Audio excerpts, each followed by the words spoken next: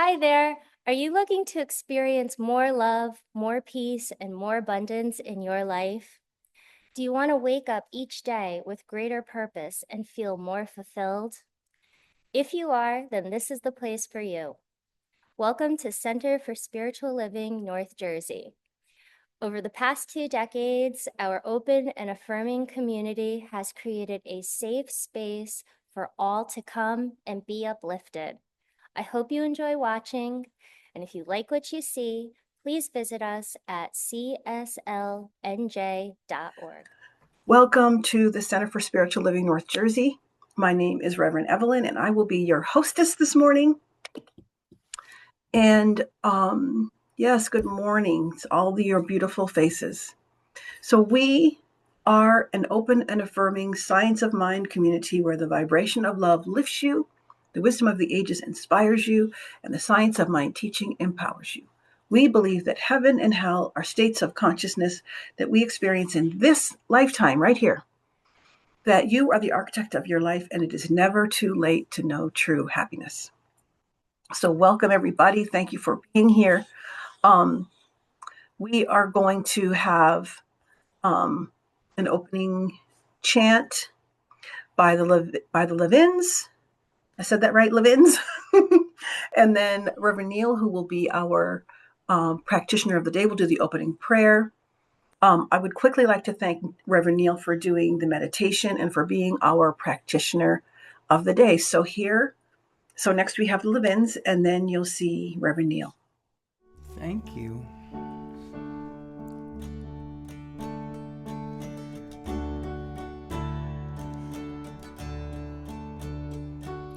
Beauty has claimed you. Seasons have changed you. This moment reveals you. Nothing conceals you. Beauty has claimed you. Seasons have changed you. This moment reveals you.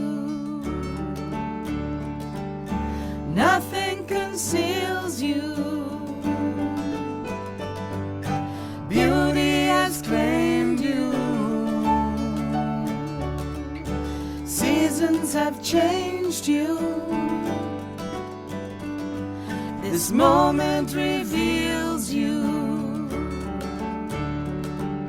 Nothing conceals you.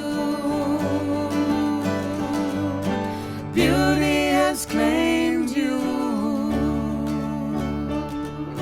Seasons have changed you. This moment reveals you. Nothing conceals you.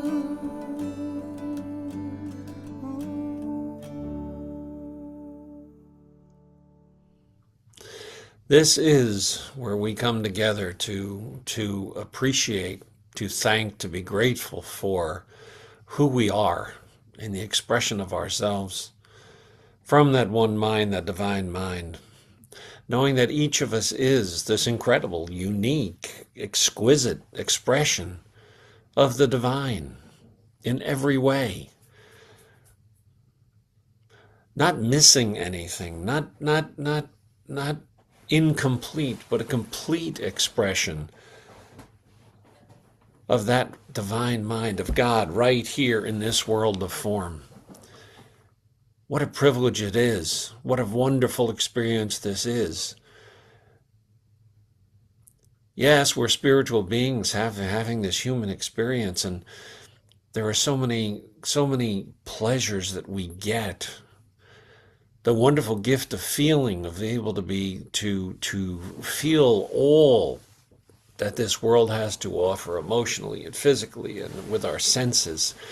It's just a beautiful experience, this whole incarnation. And I know for each of us that we open up fully to it, to fully experience it, to fully be present to it and make the most of it. And part of that is being here together as we gather together in this community to support each other, to learn. And I know I bless the speaker today, Reverend Joel, who will deliver a wonderful, inspiring, beautiful message, I am sure, and the music of the Levins and the just everything that everybody brings here this morning is just so appreciated. And I am so grateful that it has come together for this long, this community, and it continues to do so. There's just so much to be grateful for. And I know that each and every day we wake with that on our mind, gratitude of what we're grateful for. And in that gratitude, I surrender these words to the love and the law, the power and the presence that has already said yes and will continue to say yes, always does to whatever it is that we say we want to create. And in that gratitude, please join me in saying, and so it is. So it is. Okay, so now it is time for our annual affirmation, which I will read and you can follow along on mute. The audacity to awaken. Okay, 1 second, please. There we go. I awaken today with the courage to see myself clearly and love myself wholly as I am and as I am not. I open my heart to curiosity, trusting that every question leads me deeper into truth. I embrace conscious evolution, knowing that life is always expanding through me. I release what no longer serves and boldly claim my divine power. I am awake, I am courageous, and I am fully alive to the brilliance of my becoming. And today's reading is from page 388 in The Science of Mind. When we meet each other, do we not feel the subtle presence which flows through all things and gives light and color to our everyday experiences? In our own souls, in the silent processes of thought and understanding, do we not sense another's presence? There is something divine about us which we have overlooked. There is more to us than we realize. We are an eternal destiny, a forever expanding principle of conscious intelligence. The ocean in the drop of water, the sun in its rays. We are birthless, deathless, changeless, and God as man, in man, is man. The highest God and the innermost God is one and the same God. And so it is. We do this peace practice pretty much every Sunday now, I think. And what has come to me is I was sort of following along on Instagram with the monks who were doing the pilgrimage for peace from Texas to Washington, D.C. And these men, some of them barefoot, walked 2,300 miles through all kinds of weather and all kinds of, if you can believe it, resistance from other people. Like a group of men walking for peace, and they had people protesting them. Like, what is that about? But what one of the monks said when they arrived in DC was that we don't all have to walk 2,300 miles to bring peace to this world. If each one of us would radiate the peace that we have within us, then this world would be a peaceful place. It's not a peaceful place because we're not all radiating that peace. So this peace practice sort of reminds us that, as the song says, peace begins with me. Let it begin with me, in me, as I move through the world, and let the peace that is me be spread everywhere. Okay, so so you can Well, we don't have it written out, so I'm just going to say it. I am the peace I wish to see. I know this peace for my family. My family knows this peace for my community. My community knows this peace and radiates this peace for this country, for my country. And my country knows this peace for the world. Thank you. It's a beautiful tune by James Taylor, and we hope that you sing along with us. You can play the game and you can act out the part, though it wasn't written for you. How you gonna stand there with your broken heart, ashamed of playing the fool? Now when you tell somebody the way that you feel, doesn't take any sacrifice. Oh, father and mother, sister and brother, if it feels nice, come on, don't think twice. Shower the people you love with love. Show them the way that you feel. Things are gonna be much better if you only will. We can run, but we cannot hide. This is widely known. How we're gonna stand there with a foolish pride, all by ourselves alone. When you tell somebody the way that you can feel things beginning to ease. I think it's true what they say about that squeaky wheel, always getting the grease. Better to shower the people you love with love. Show them the way that you feel. Things are gonna be much better if you only will. Shower the people you love with love. Show them the way that you feel. Things are gonna be much better if you only will. Sing it just for yourself, come on. Shower the people you love with love, and show them the way that you feel.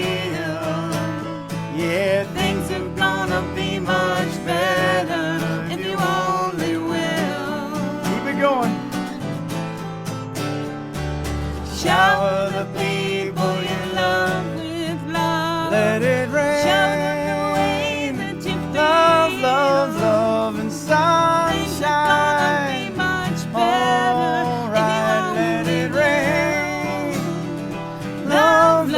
Love and sunshine. People you love with love. Show them the way that you feel. Things are gonna be much better if you only will.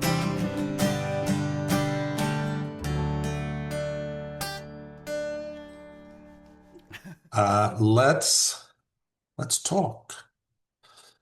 Evelyn, when you said that in your introduction right before the song about me, it reminded me that on my TikTok, my tagline on my TikTok is I always say I begin it by saying that I'm your favorite gunkle.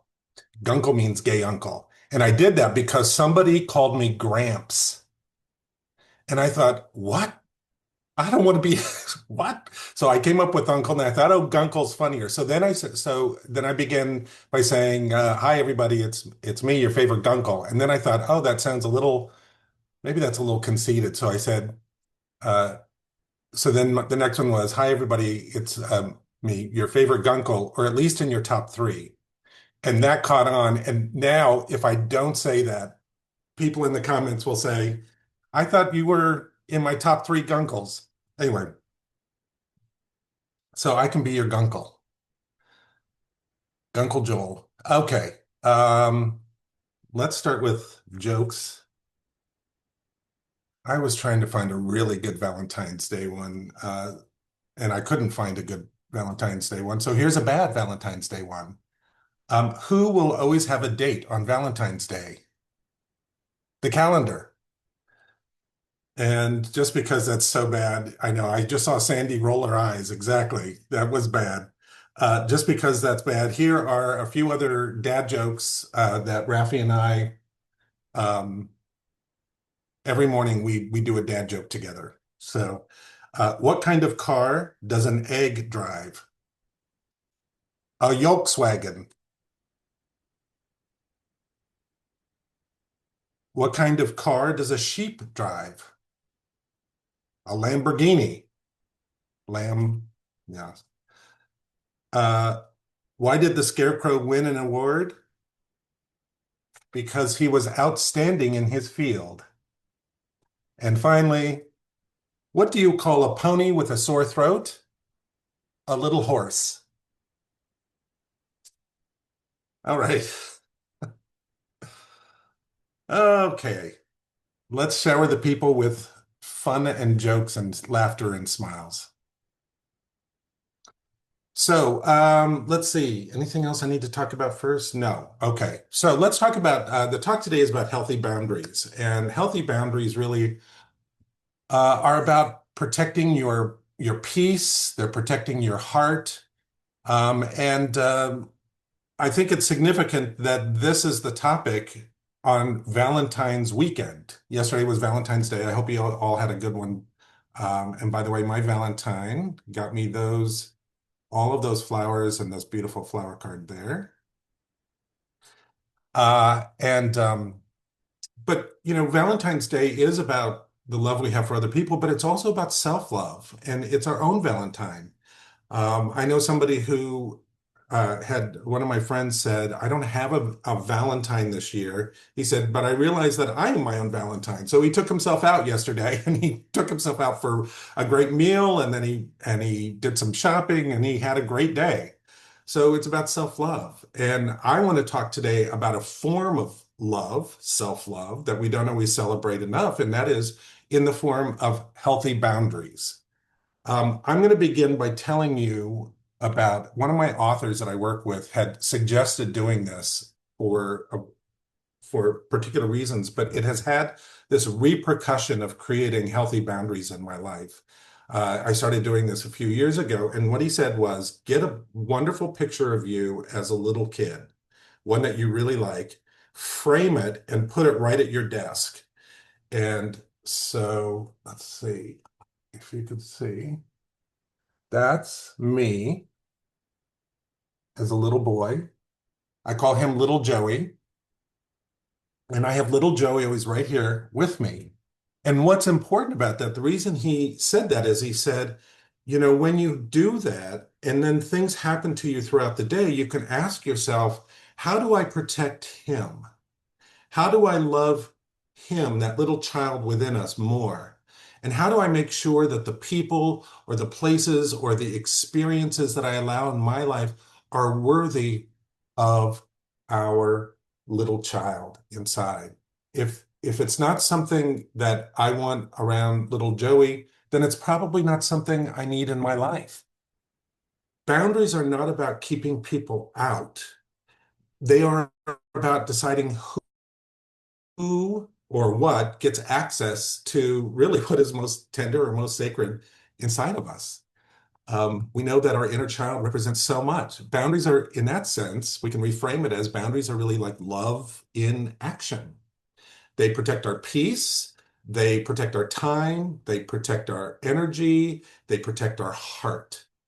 So it's a huge topic. We could do 6 weeks on it. I've decided to only do a 4-hour sermon today, but I've even cut that down to about 15 minutes or so, maybe 20. So all I'm going to do today is just do some boundary basics, what boundaries are or are not, as a way for us to refresh, by the way, for our weekend of self-love, what boundaries are or are not, how do we know when we need them, why it's hard to set them, and then I'll just give you three really simple practices to do. And if you are really great at boundaries or really terrible at boundaries, these simple practices will work for you anyway. So let's just talk really quickly about what boundaries are and are not.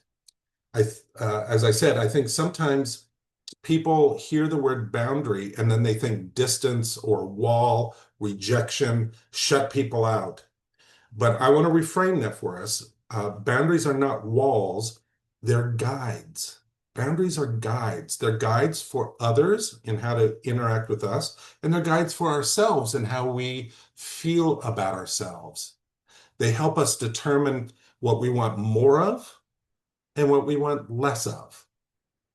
My friend who I went through practitioner school with, Esther, who I talk about from time to time here, she used to always say, when you say yes to one thing, you are saying no to something else.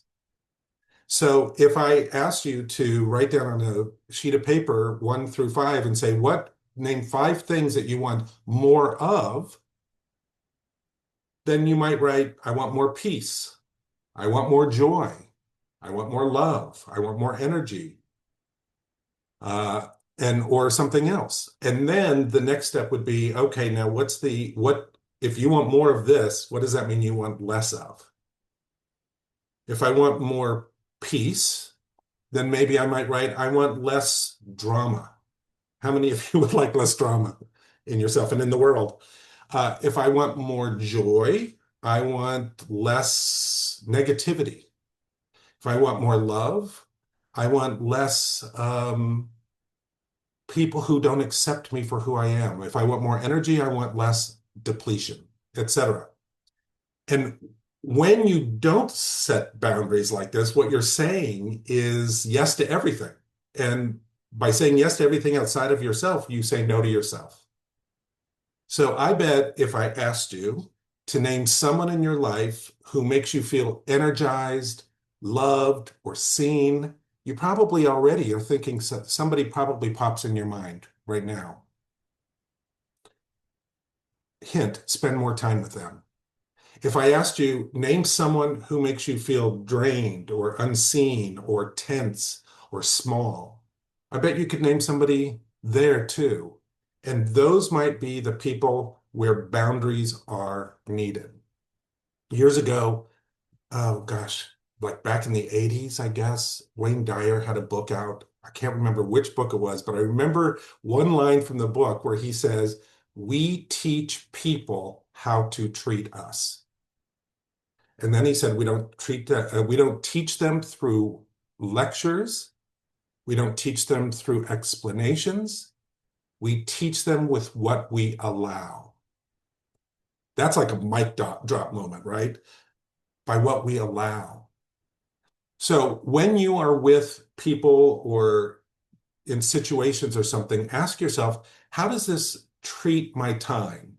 How does this affect my energy? How does this make me feel? And that leads to our second point. How do we know where boundaries are needed? Healthy boundaries begin by paying attention. That's a spiritual principle, by the way. Anything that you want to talk about in any way, one of the spiritual answers is always going to be pay attention. Pay attention. That's what the Buddha used to always say all the time in the writings. If you go through those beautiful writings that are the foundation of Buddhism, so much of it is about paying attention. And our lives, are constantly giving us information.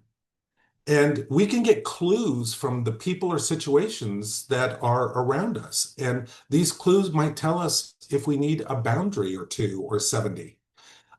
So for instance, if a person or a situation makes you feel, hang on, I have a list of things. Okay.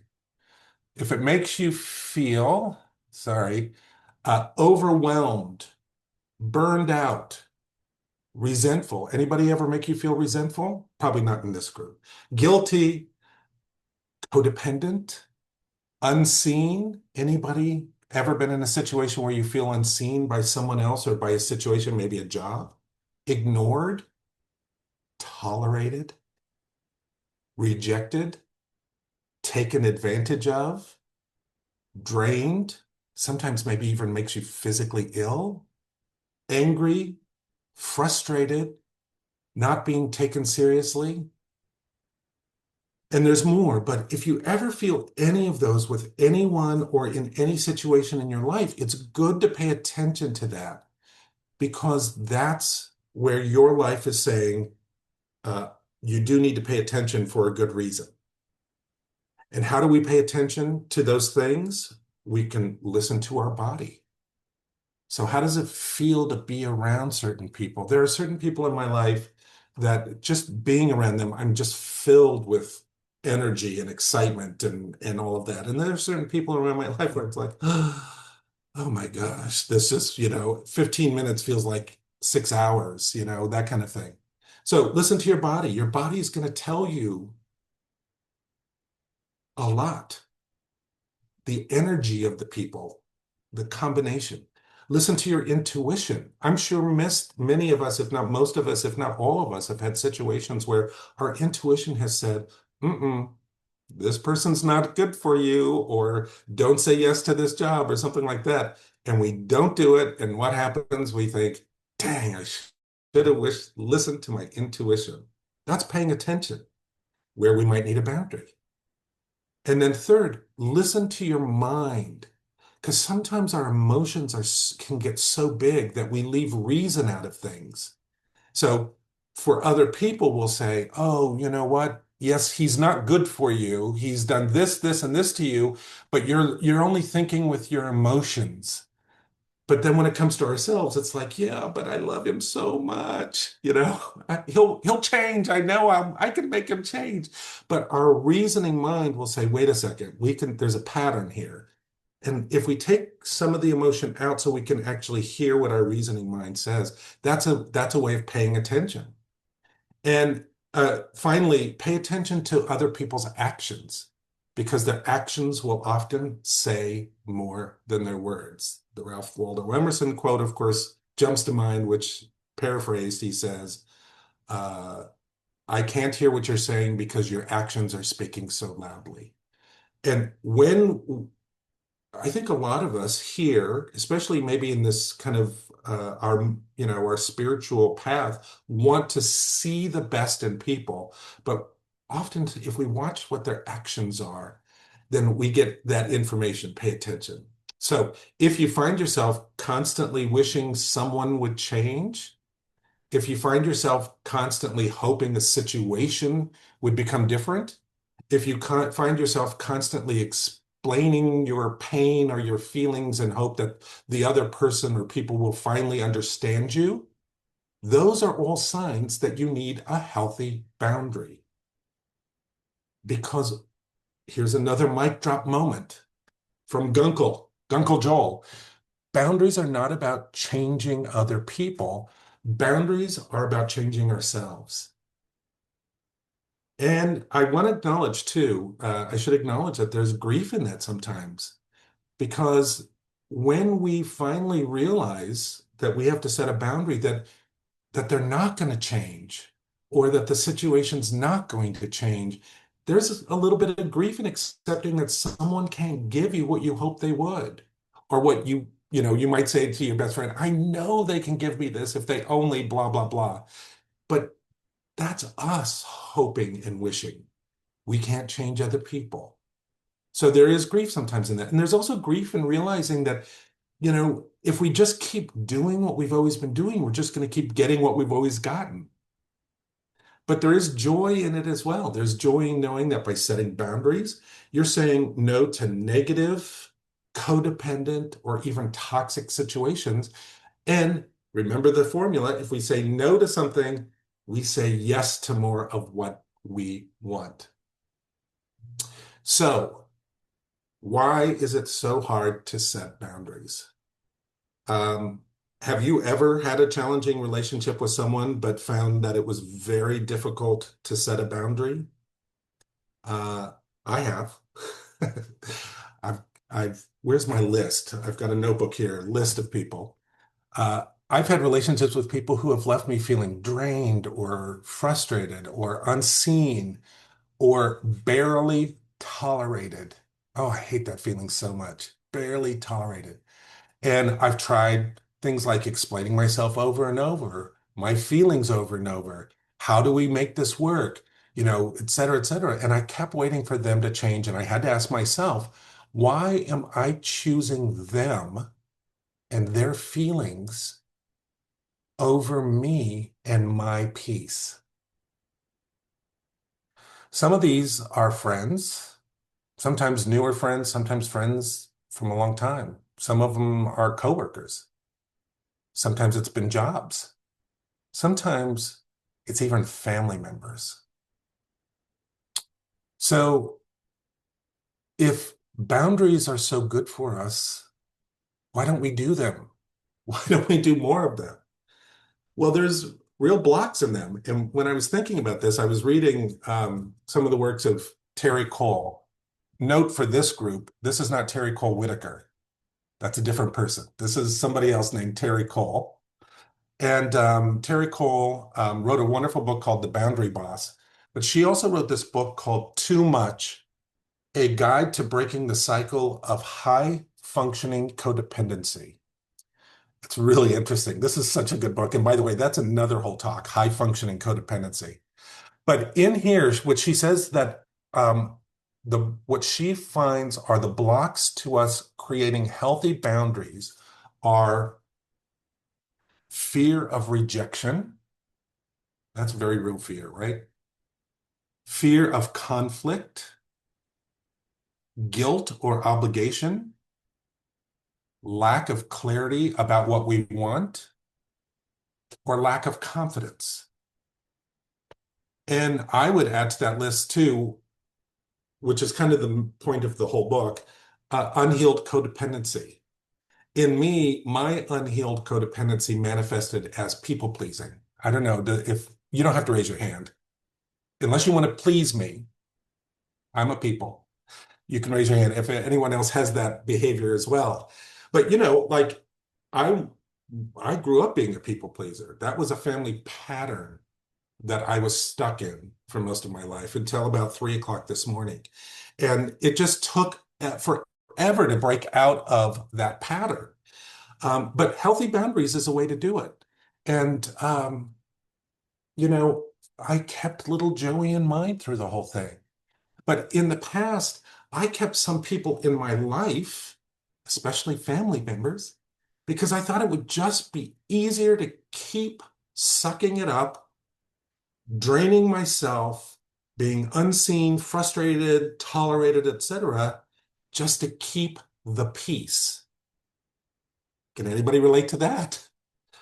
Which, of course, meant keeping their peace, not mine. But I came to realize, and here's a big mic drop moment for me, I came to realize I wasn't keeping the peace, I was keeping the pattern. I wasn't keeping peace, I was keeping the pattern. And often those patterns are set in childhood and they involve, like I said, family members or maybe longtime friends. At a certain point, there comes a time when, though, we want to change that pattern and get a different outcome. But I've seen, by the way, in myself and others, another reason why making a boundary with others is challenging, and this is a biggie, is if we make the boundary, we often make ourselves responsible for how the other person will react. Ugh. We make ourselves responsible for how they're going to feel, how it's going to make them feel or make them react. But we learn on the spiritual path, and we also learn on just the therapeutic awakening path that our job is not to manage their feelings. That's, by the way, if you need help with that, go to codependency groups, because that is so much about that. Or this book is very good about it too. This old classic, Codependent No More, by Melody Beatty. This has been around since, gosh, probably the early 80s or something like that. And this book too, Too Much by Terry Cole, really good about that, about learning that our job is not to manage other people's feelings. And by the way, the other side to that coin is they are not responsible for my feelings. Because sometimes we can say, well, you triggered me. No, if you have a feeling, that's yours. They're just pointing out something that is unhealed in you, and it's a great clue. Pay attention. And if I don't have to manage you and your feelings, and you don't have to manage me and my feelings, then, oh, by the way, now we can have a real healthy adult relationship based on love and respect for each other. And to do this, we don't have to over-explain anything. We don't have to over-apologize for anything. We don't have to overcompensate. Oh my gosh, years ago, when I was like 19 or 20, I was a manager of a chain mall store. The mall is no longer there. It was in Denver, Colorado. It was called Cinderella City. What a funny name for a mall. And I was so codependent, people pleasing at that time that I had this employee who was not a good employee for me, and I had to let him go. But I talked about overcompensate and people pleasing and not having good boundaries. Instead of just telling him, here's why I'm letting you go, this, and this, before I let him go, I went and got him another job at another store in the mall. And so when I sat down with him, I said, because I was trying to regulate his feelings, manage his feelings for him. And I said to him, I've got good news and I've got bad news for you. So the bad news, of course, was I'm letting you go, but I got you a new job, which, by the way, end of that story, ended up being a really good job for him. And he ended up becoming the manager of that store. So boundaries actually are good. But anyway, and we don't also have to over ignore what's happening anymore. When you set boundaries, you can be clear, you can be kind, and you can be firm, and you can let their reaction be theirs. Because here's something that I've learned. The people who love and respect you will engage with you with your boundaries. They may ask questions, they may need time, they may need to process a little bit to understand, but they will respect them. And they'll probably love you more because of that. But the people who get upset and cause drama when you set a boundary are often the ones who benefited most from you not having one. Oh, and those are good people to let go and just really set very healthy boundaries with. All of that is important information to pay attention to. And it reminds us that we always have to do our own work. We don't have to do the work for others, our own work. So that brings us to how to do it, what to do. Before I give you the 3 simple practices, let me just remind you that this is not about being perfect. Boundaries are a muscle that you build over time, that some boundaries can be negotiable and some are not. Like if you even set a boundary with yourself that you're not going to eat sugar, and then you go somewhere and somebody throws you a surprise birthday party and they made you a cake. Well, you're probably not going to not eat some of the cake that they spent their time,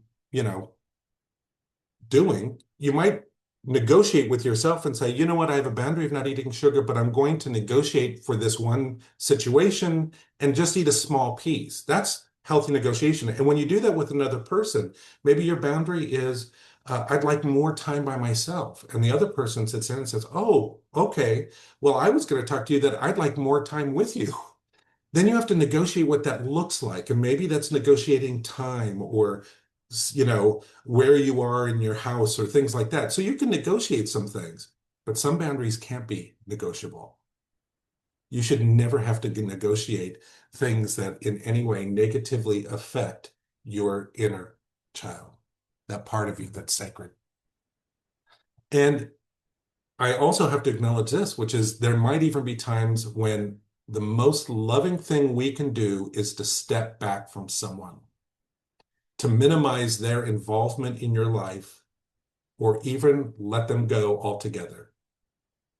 And I want to remind you, if that's a boundary that you want to make, I call it closing the circle and tithing them back to the universe. But just remember, when you do that, you don't need to announce it. You don't need to send them an email first this long telling them that you're doing it. You don't need to create more drama.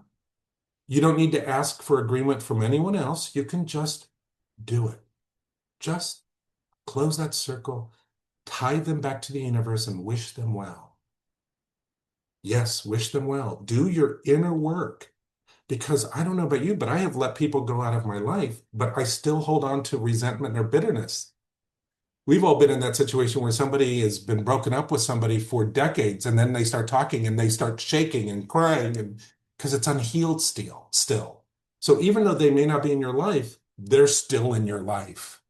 So you have to do your work about letting go of anger and resentment and bitterness, because those are cords that, if you don't let go of them, they keep you bound too closely. So anyway, letting go means letting go. Don't need to declare it to anyone but yourself. No scene, no explanation tour. Don't need to announce it on Facebook. Just let them go. Uh, and by the way, when you unfollow somebody on social media, you also don't need to let them know that you're unfollowing them. Just unfollow them. Don't create drama. No drama. I'm not saying, by the way, you have to let people in your life go. I'm just saying that creating healthy boundaries sometimes does involve that. Okay, 3 simple practices to begin. The first practice, the pause before yes practice. So I'm going to suggest that for the next week, don't answer requests of you immediately. If you get an email or somebody calls you or there are things at work you might have to do immediately. You can't say, can you go help that customer? I'd like to take a week off and decide if I'm going to help that customer. You can't do that. I don't mean that. I'm talking kind of more conceptually than that. But like if you get a request or something, instead of writing back yes or no right away, just write back and say, thank you. Let me think about that. I'll get back to you. Then ask yourself, do I really want to do this? Do I have the energy and time to do this? If I say yes to this, what am I saying no to? And then pay close attention to the answers that come up. Remember, pay close attention to how your body feels, what your intuition says, and what your reasoning mind says. Then answer back. That is so simple. And you can even answer back something like, thank you, I thought about it. And you know what? I really don't have time to do this properly. So it would be better if you found someone else. Most people will respond to that. Thank you so much. I appreciate you considering it. People who are boundary busters will write back and say, come on, you're the only person to do, that's when you know you made the right choice in setting that boundary. Okay. So that's simple practice number 1. Simple practice number 2, we just talked about this, the body check. For the next week, whenever you're around someone or when you're in certain situations, pay attention to how you feel in your body. If I'm going out to lunch with somebody, do I feel drained at the end of that lunch? Am I anxious for the lunch to be over? Do I feel resentful? Or does the lunch, 3 hours go by in what feels like 15 minutes? Do I feel calm? Do I feel seen? Do I feel really seen? Lifted up for who I am, not tolerated for who I am? Do I feel energized? Your body is a good gauge. That's also true, by the way. I had to leave a job years and years ago. I had to leave a job because my body kept saying to me, oh, this job is not good for you. But my mind kept saying, oh, but you should have another job before all those things. And until the point where my body said, I'm going to amp this up a little bit. And I ended up in emergency care. And the doctor said to me, good news and bad news, kind of like that guy I let go of in the mall, Cinderella City Mall. She said, the good news is you're fine. The bad news is if you don't make changes, the next time you come here, you probably won't be fine. So my body was saying to me, make a change and do it now, which I did, by the way. And then I landed at such a great job. The third of the 3 easy, short practices to help create healthy boundaries is this. Just do one small boundary. Remember I said making boundaries is like building a muscle. Just start small. Think of something or someone in your life that feels a little out of alignment with the qualities you want more of in your life. Remember those qualities we want more, the yeses. And then just take a small step, a little small step. Perhaps the small step can be to answer someone who asks you to do something you don't want to do, or no longer want to do. I'm going to take a step back from this. Or say, I'm not available for that. Or say, I need to take care of myself right now. Or just say no. Small step. You don't have to over-explain. You don't have to apologize. You don't have to get somebody a job somewhere else like I did. You don't have to make a scene. But when you use the boundary of no, you are saying yes to yourself. So let me bring this to a close here. Boundaries don't create conflict. They end it, at least for you. They protect your peace. They clarify what matters. They foster respect from others, and they build respect for yourself. They help you raise your standards for yourself so that you know your worth. They help you notice like the energy vampires in your life, those people people or situations that drain your time, your joy, and your focus. And they remind you that your life matters. You are the most important person that matters in your life. Alan, my spouse Alan, my Valentine Alan, always says this. He says, remember old address books that we used to have before we put everything on phones? He said, you could take a marker on that and cross out all the people that you don't want in your life and write across the front of the address book, by invitation only. So your life is by invitation only. Not everyone gets access. Not everything gets access. Only what aligns with your values and your principles and your peace. Remember, if it's not good for your inner child, it's probably not right for you. And when we understand this, then setting healthy boundaries becomes a spiritual practice of self-love, which is perfect to remember this weekend of love. So let me move us into treatment so that we enact this in our life, okay? Let's just take a breath, close your eyes if you feel like it, or leave them open. You don't have to please me. Do what's right. Just take a breath. But know this with me. There is one life, one presence, one love expressing itself in each one of us and through each one of us. So speaking for myself, but also declaring this for everyone here, everyone who listens to this at any point in time, I know that this present lives within each of us as wisdom, as clarity, as strength, and as peace. And I affirm that I and we all are worthy of that peace. We are worthy of respect. We're worthy of relationships and experiences that honor our time, our energy, and our heart. We trust the wisdom within us, that little child within us that helps us to show us what we can welcome and what we can release peacefully. We can release the need to manage other people. We can release the beliefs that minimize us or that might keep us in these patterns. And by releasing that, what we can do is claim that part of us that is connected to the one within us, that deeper truth. So right now, I just declare that that peace begins with me, that love is me, and that my life and your life is sacred. So releasing this with great gratitude into love and law, knowing that as we move forward, we allow only what nurtures us, supports us, and strengthens us for that spiritual life. We are guided and we are at peace.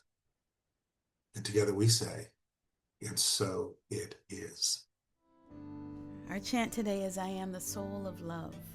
Those words over and over, and we hope that you join us now.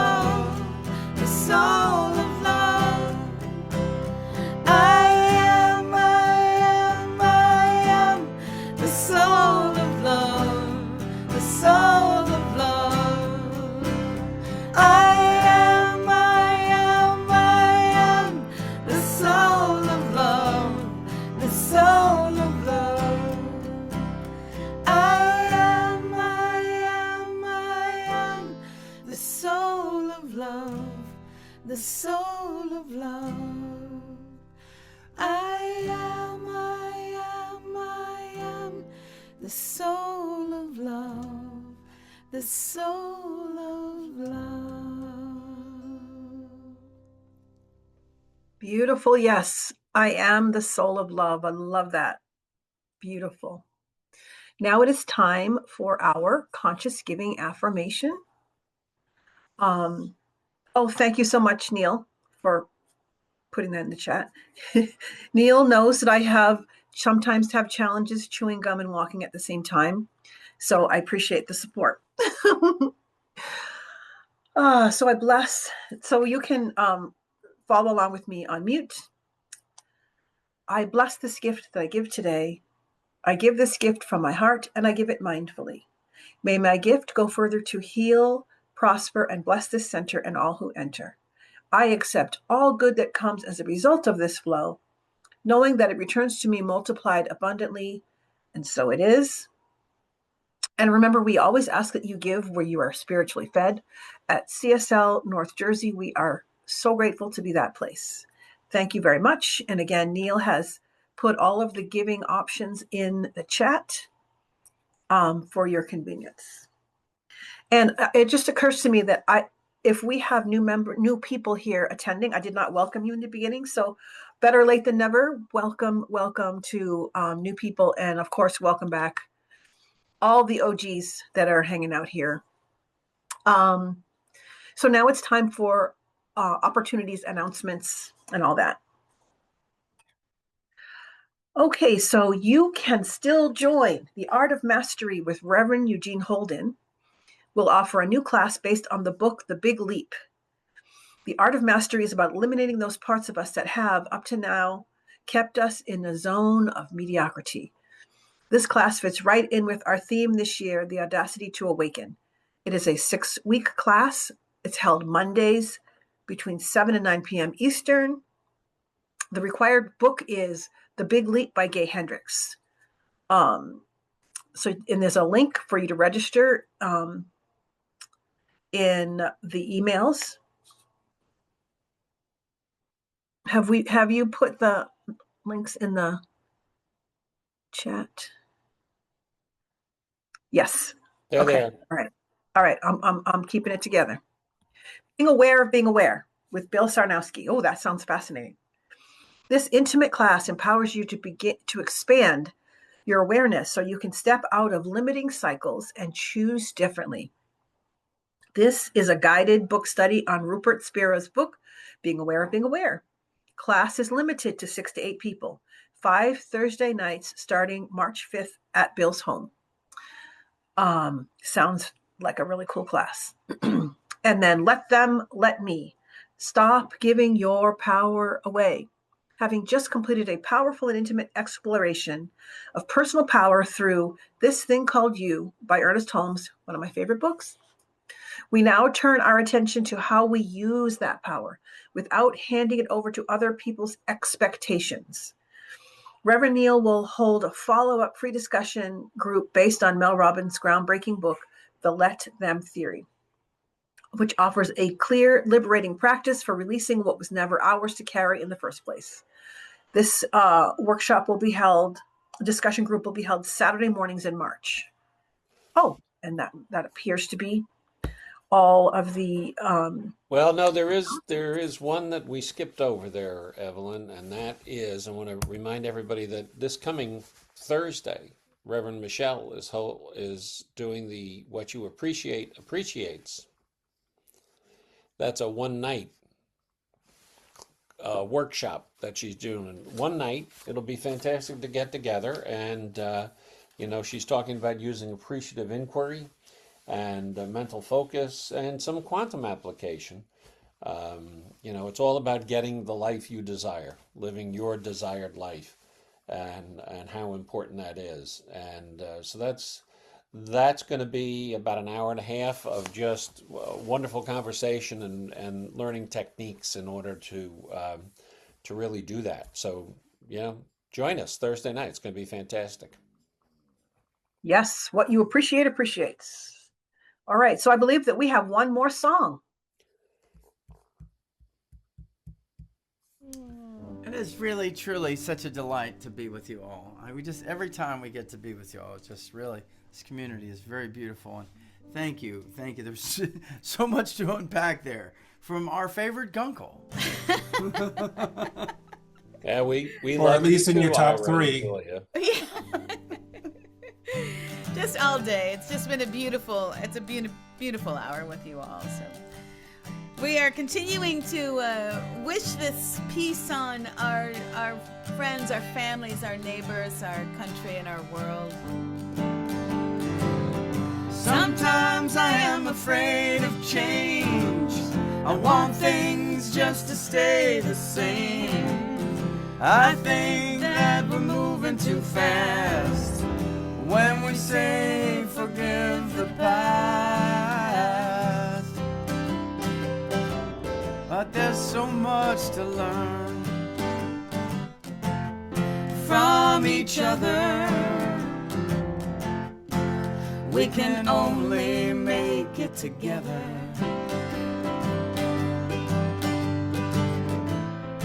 Give you a smile. Give you a smile. A smile is forgiving. Now is the time for living. A world of peace, war will cease. I can see you are me in disguise. Let me open up my eyes. World of peace, war will cease. I can see you are me in disguise. Let me wipe the tears from your eyes. Sometimes I think that there's a way, only one way to play the game. Holding on to the dark of night, I'm trying to hold back the incoming light. But there's so much to learn from each other. We can only make it together. We'll give you a smile. I'll give you a smile. A smile is forgiving. And now is the time for living. A world of peace, war will cease. I can see you are me in disguise. Let me open up my eyes. World of peace, war will cease. I can see you are me in disguise. Let me wipe the tears from your eyes. We can only make it together. We can only make it. A world of peace, war will cease. I can see you are me in disguise. Let me open up my eyes. World of peace, war will cease. I can see you are me in disguise. Let me wipe the tears from your eyes. Let me wipe the tears from your eyes. Sometimes I am afraid of change. I want things just to stay the same. But what if peace could come at last? If we chose to forgive the past. Living North Jersey, we believe in empowering individuals to discover their inner strength and their connection to divine life. Through our supportive community, transformative workshops, and uplifting services, we provide a safe space for personal growth and spiritual exploration. Whether you're seeking clarity, healing, or a deeper understanding of life's mysteries, our center offers practical tools and timeless wisdom to help you thrive. Join us in creating a more diverse, compassionate, and kind world. Your world, the way you want to create it.